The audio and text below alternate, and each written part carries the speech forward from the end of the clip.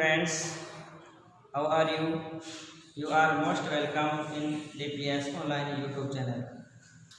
देखो बच्चों, हम नरेशन का जो फर्स्ट पार्ट है असर्टिव सेंटेंस का इनडायरेक्ट बनाना, इसका अध्ययन हमने गत वीडियो में कर लिया था।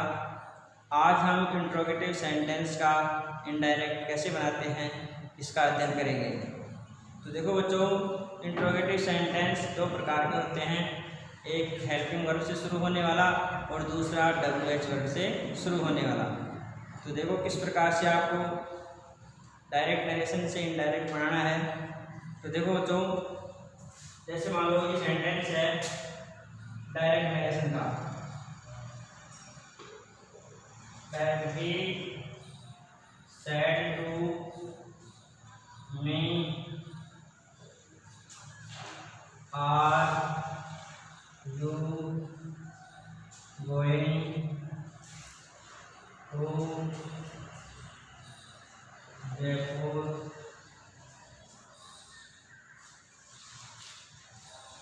तो ये वाला वाक्य है, ये इंट्रोगेटिव सेंटेंस का है। तो मैंने आपको बताया है कि इंट्रोगेटिव सेंटेंस दो प्रकार के होते हैं, एक हेल्पिंग वर्ब से शुरू होने वाला और दूसरा WH वर्ब से शुरू होने वाला। तो देखो बच्चों, आज हम सबसे पहले हेल्पिंग वर्ब से जो शुरू होने वाले सेंटेंस हैं उनका इनडायरेक्ट कैसे बनाते हैं, तो मैं ये आपको बताता हूँ। तो ये हमारा जो सेंटेंस है ये हेल्पिंग वर्ब से शुरू होने वाला है। किससे शुरू होने वाला है? हेल्पिंग वर्ब से। तो ऊपर हेडिंग हेल्पिंग वर्ब से, हेल्पिंग वर्ब से शुरू होने वाले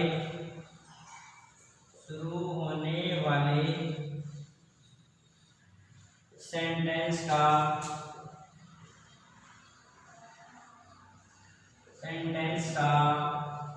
इनडायरेक्ट बनाना। देखो बच्चों, सबसे पहले आपको क्या क्या करना है इसमें मैंने आपको एक वीडियो में बताया था कि कहाँ का परिवर्तन करना है। आपको सबसे पहला परिवर्तन करना है आपको रिपोर्टिंग जो वर्ब है उसकी वर्ब में। पहला चेंजेस इसमें यहाँ पर होगा, दूसरा चेंजेस इस जगह होगा, तीसरा चेंजेस यहाँ पर होगा और चौथा चेंजेस यहाँ पर होगा। बाकी वाक्य को भी इसमें कोई परिवर्तन नहीं होगा। तो इन हेल्पिंग वर्ब से शुरू होने वाले वाक्यों का इनडायरेक्ट इस प्रकार से बनाएंगे। तो देखो बच्चों, इसमें सबसे पहले इंट्रोगेटिव सेंटेंस का है, तो इसमें अगर सेड आए तो आस्क्ड में बदलेंगे, और सेड टू आए तो भी हम आस्क्ड में बदलेंगे।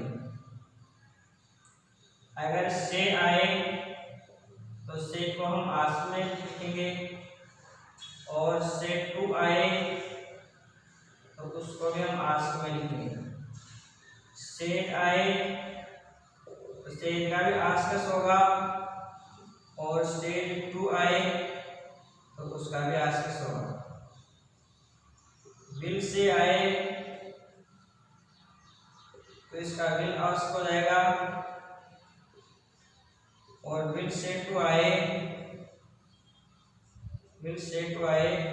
तो इसका भी विल आस्क हो जाएगा। तो पहला परिवर्तन इस प्रकार से आपको करना है। रिपोर्टिंग वर्ब है उसमें सेड या सेड टू आए तो आपको इस प्रकार से चेंजेस करना है, इस प्रकार से आपको चेंजेस करना है।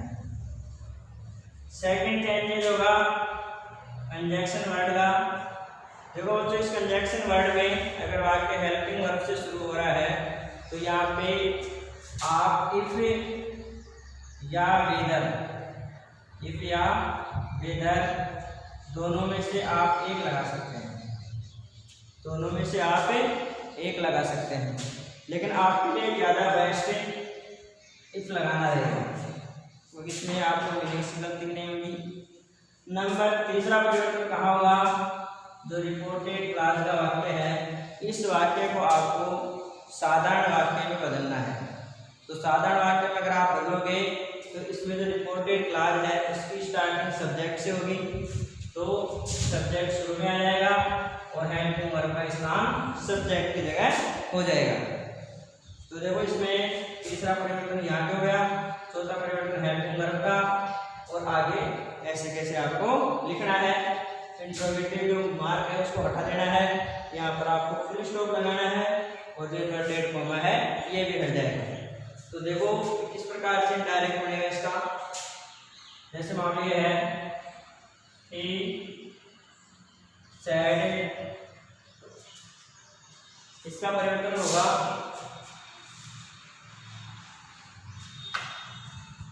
सबसे पहले हम इसमें जो भी है ई का ई।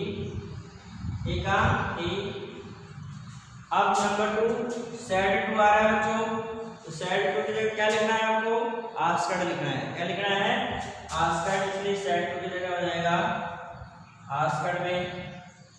उसके बाद में मी को हम ऐसे कैसे लिख देंगे, मी लिखने के बाद में यहाँ पर कंजक्शन वर्ड क्या लग जाएगा, इफ या वेदर, इफ या वेदर। अब इफ वेदर लगने के बाद में जो आगे वाला वाक्य है ये साधारण वाक्य हो जाएगा। क्या हो जाएगा, साधारण वाक्य। तो देखो बच्चों, साधारण वाक्य में सबसे पहले सब्जेक्ट लिखा जाता है, उसके बाद में हेल्पिंग वर्ब, फिर वर्ब, फिर ऑब्जेक्ट, ऑब्जेक्ट के बाद जो अदर वर्ड हैं वो आते हैं। तो इसका सब्जेक्ट क्या है बेटा, इसमें यू है। तो यहाँ पे देखो बच्चों, यू कौन सा पर्सन है, सेकंड पर्सन है। तो सेकंड पर्सन किसके अनुसार चेंज होगा, ऑब्जेक्ट के अनुसार। किसके अनुसार चेंज होगा, ऑब्जेक्ट के अनुसार। तो ऑब्जेक्ट यहाँ पे क्या है, मी, और यहाँ पे सब्जेक्ट क्या है बच्चों, यू। तो हम कर्म की जगह कर्ता की जगह कर्ता ही लिखेंगे, कर्ता की जगह कर्म थोड़ी आएगा। इसलिए यहाँ पे अगर मी आ रहा है और यहाँ पे यू आ रहा है तो हमें यू की जगह आई लिखना है। क्या लिखना है, आई, क्योंकि एक सूत्र है सन बटा 123।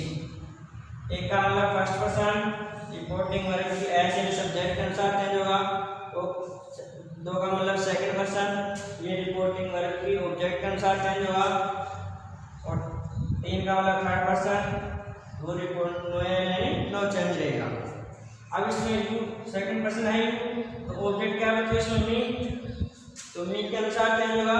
तो अगर यहाँ पे मी आए, यहाँ पे मी आए और यहाँ पे कर्ता यू हो तो हमें क्या करना है बच्चों, यू की जगह आई लिखना है। अगर जैसे मान लो यहाँ पे अस हो तो यू की जगह हमें भी लिखना है। अगर यहाँ पे हर हो तो यू की जगह सी लिखना है। यहाँ पे अगर हिम आए तो यू की जगह हमें ही लिखना है, और अगर देम आए तो यू की जगह हमें दे लिखना है।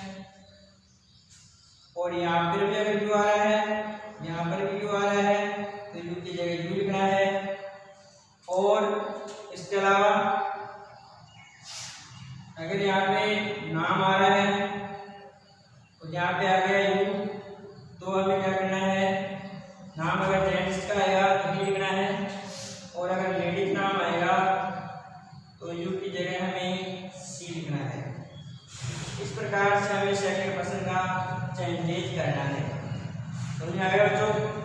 तो यहाँ पे क्या करोगे, आप मी आ रहा है तो मी को किसके अनुसार चेंज करोगे, मी के स्थान पे क्या जाएगा, मी का आई ट्रांसलेट हो जाएगा, और यू की जगह क्या लिखेंगे बच्चों, आई, यू की जगह आई।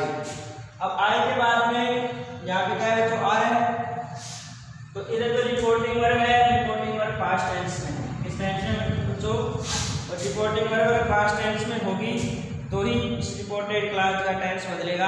अगर प्रेजेंट टेंस में या फ्यूचर टेंस में रही तो इसका टेंस परिवर्तन नहीं होगा। यहाँ पे सेड आ रहा है, पास्ट टेंस में है, इसलिए यहाँ पे टेंस का परिवर्तन होगा।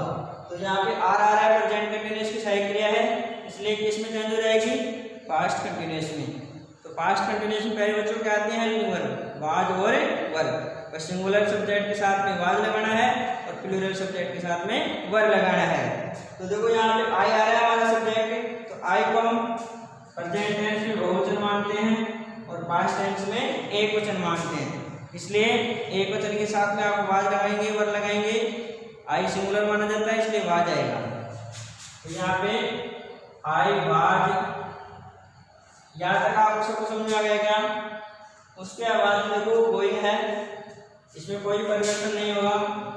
गोइंग का गोइंग, टू का टू, और जयपुर का जयपुर, और उसके बाद में प्रश्नवाचक चिन्ह को हटा करके फुल स्टॉप लगा देते हैं। क्या लगा देते हैं? फुल स्टॉप लगा देते हैं।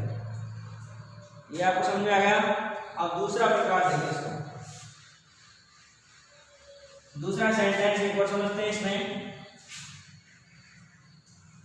जैसे वाक्य है they said to him, they said to him does ही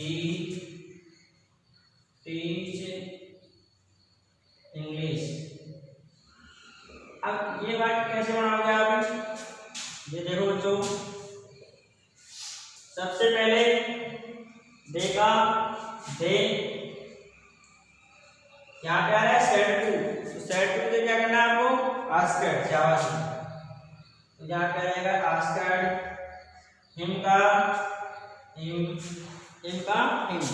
अब आगे हेल्पिंग वर्ब से शुरू हो रहा है, तो हेल्पिंग वर्ब से शुरू हो तो यहाँ पे कंजंक्शन वर्ड क्या लगाओगे बच्चों? इफ लगाना है। क्या लगाना है? इफ लगाना है।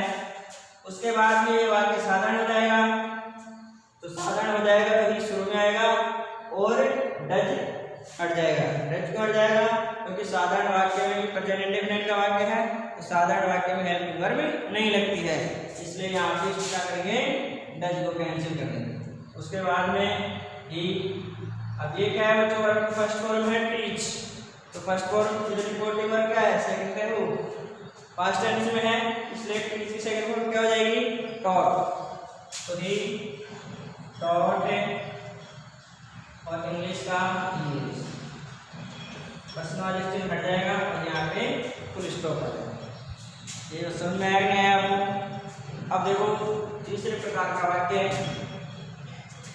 तीसरे प्रकार का वाक्य है he said to me does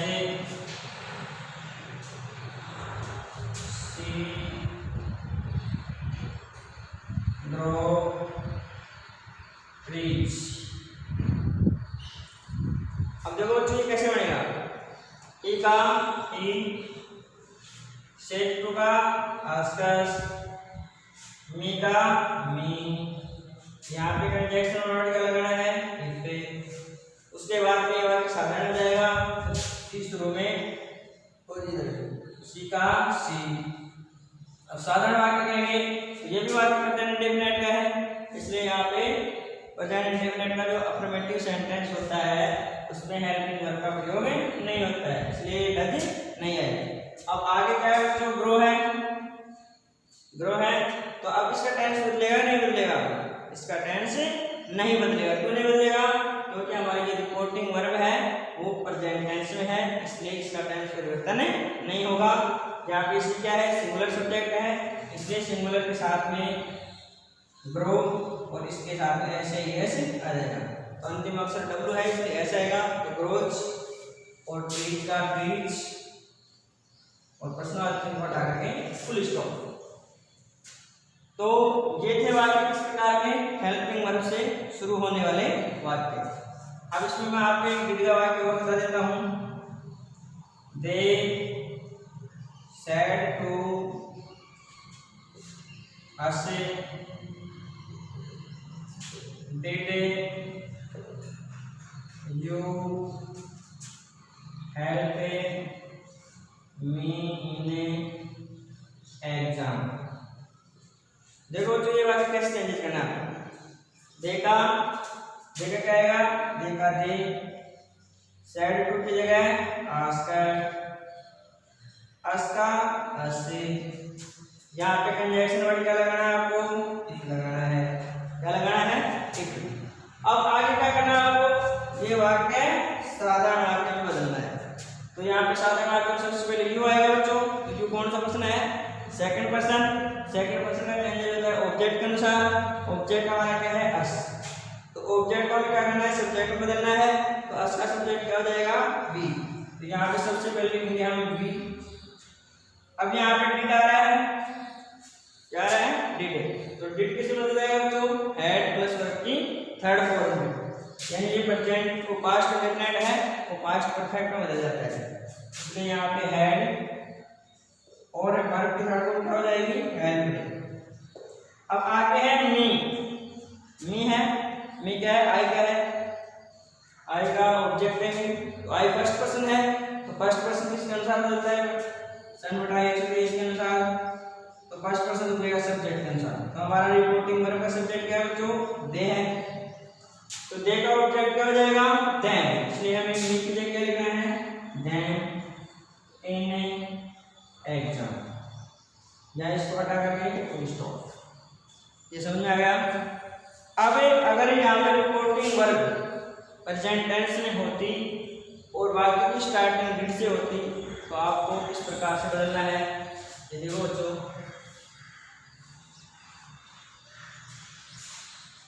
इसमें है जैसे वी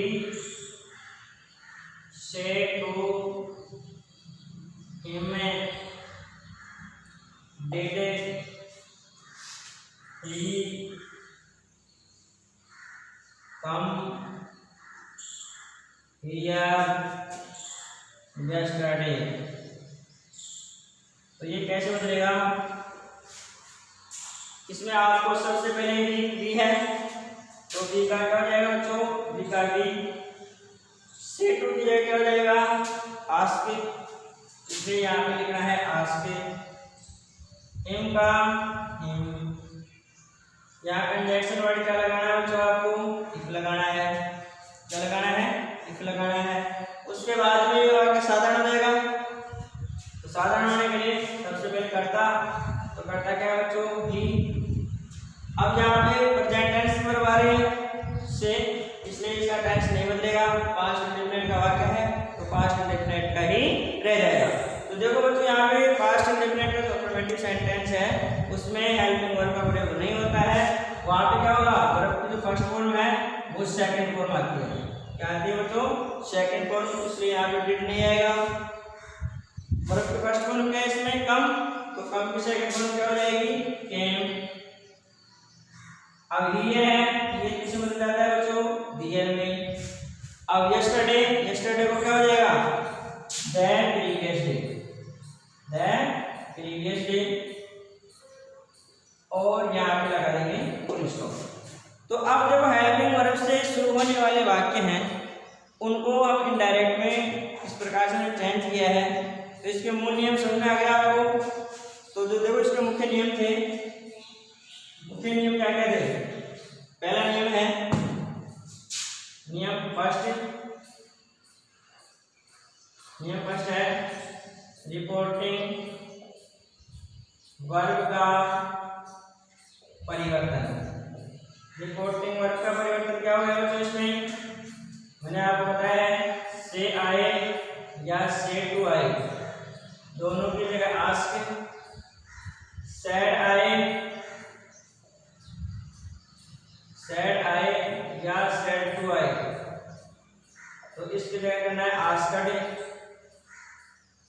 और यहाँ पे अगर सेड आए या सेड टू आए तो यहाँ पे लिखना है आस्कस। पहला नियम समझ आ गया। नियम नंबर 2, कंजक्शन वर्ड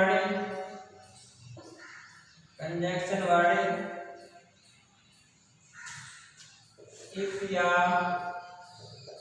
वेदर में से एक लगाना है, इफ या वेदर लगाना है। तीसरा बच्चों इसमें रिपोर्टेड क्लास का sentence assertive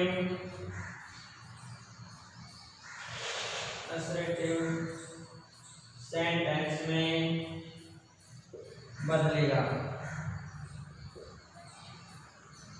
number 4,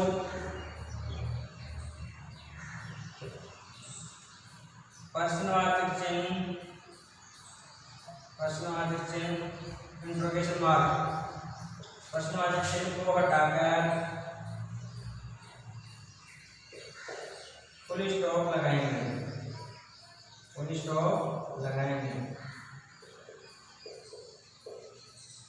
number 5 rule number 5, बाकी परिवर्तन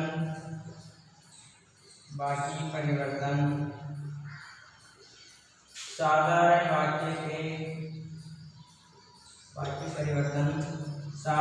वाक्य के अनुसार करेंगे। तो ये तो थे हेल्पिंग वर्ब से शुरू होने वाले वाक्यों का इनडायरेक्ट कैसे बनता है। अब देखो बच्चों इसमें अब हम आगे बढ़ेंगे। अगर इंट्रोगेटिव वाक्य WH वर्ड से शुरू हो तो हमें किस प्रकार से इनडायरेक्ट बनाना है। WH वर्ड से शुरू होने वाले वाक्यों का या सेंटेंस का इनडायरेक्ट बनाना किस प्रकार से बनता है। तो देखो बच्चों इसमें सबसे पहले आपको क्या करना है, जैसे वाक्य के माध्यम से समझता हूं मैं, he said to me where are you going now. देखो बच्चों इसमें और कुछ भी परिवर्तन नहीं करना है, केवल ये हेल्पिंग वर्ब वाले और WH वर्ड वाले वाक्य में एक ही चेंजेस अलग है। उसमें कंजंक्शन वर्ड इफ या वेदर आता था और हेल्पिंग वर्ब से शुरू होने वाले वाक्यों में इफ या वेदर की जगह जो यहाँ पे WH वर्ड आएगा, जैसे मान लो वेयर आ गया तो हम कंजंक्शन वर्ड वेयर लिखेंगे। अगर यहाँ पे वाई आ रहा है तो हम कंजंक्शन वर्ड वाई लिखेंगे। यानी कहने वाला जो भी WH वर्ड आ रहा है उसी WH वर्ड को हम कंजंक्शन वर्ड के रूप में काम लेते हैं। तो अब देखो इसको कैसे करना है। बाकी परिवर्तन वो क्यों रहेंगे हेल्पिंग वर्ब वाले वाक्यों के, तो यहाँ पे हो जाएगा ही का ही। सैड टू के लिए क्या करना है बच्चों, आपको आस्क्ड करना है। क्या करना है, आस्क्ड।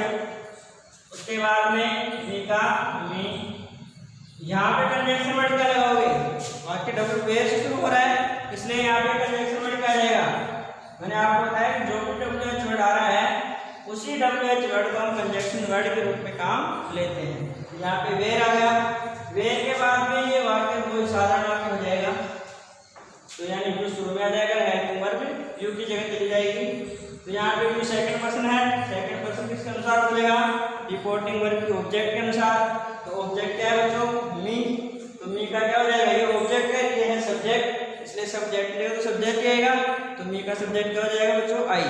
इसलिए यहाँ पे की जगह आई लिखेंगे। क्या लिखेंगे, आई। उसके बाद में आर आ रहा है, आर का मतलब कौन सा टेंस का है, आर गोइंग प्रेजेंट कंटीन्यूअस का है। अब देखते हैं रिपोर्टिंग वर्ब प्रेजेंट टेंस में है पास्ट टेंस में। तो सेड टू आ रहा है पास्ट टेंस में है, इसलिए यहाँ पर टेंस बदलना क्या है, स्वाभाविक है। तो प्रेजेंट कंटीन्यूअस किस में बदल जाएगा, पास्ट कंटीन्यूअस में। तो यहाँ पे पास्ट कंटीन्यूअस की सारी क्रिया वही वाज।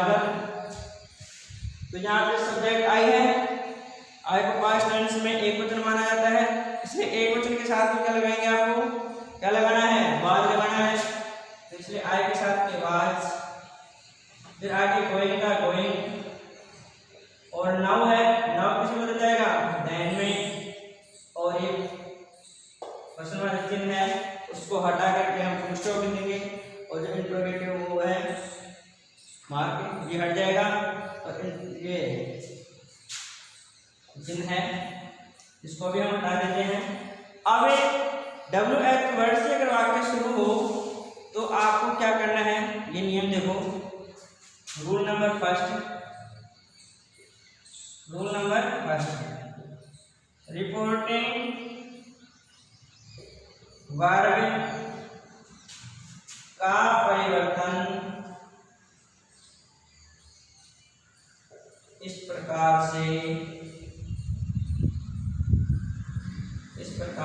होगा। कैसे होगा, अगर सैड आ रहा है तो सैड की जगह सैड आए चाहे सैड टू आए, वही आस्क्ड।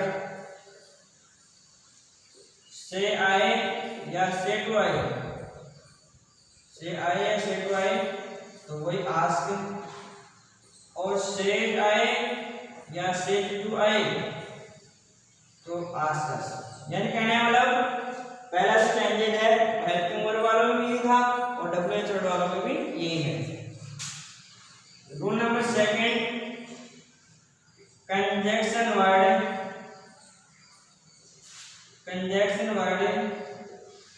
के रूप में आया हुआ WH वर्ड ही काम में लिया जाता है। WH वर्ड ही काम में लिया जाता है। नंबर 3, रूल नंबर 3, डिपोटेड क्लास का टेंस परिवर्तन असर्टिव सेंटेंस की तरह ही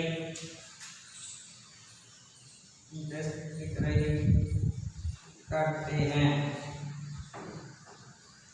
तो इस प्रकार से आपको ये चाहे WH वर्ड आए या हाइफन वर्ड से शुरू होने वाला सेंटेंस आए, आपको इस प्रकार से डायरेक्ट बनाना है। तो सभी बच्चों को समझ में आ गया होगा, मुझे उम्मीद है। तो आप इसका एक बार घर जाकर अच्छी तरह से रिवीजन करना, और फिर भी अगर कोई समस्या हो तो आप मेरे से ज़रूर पूछना। ठीक, all the best, thank you, धन्यवाद।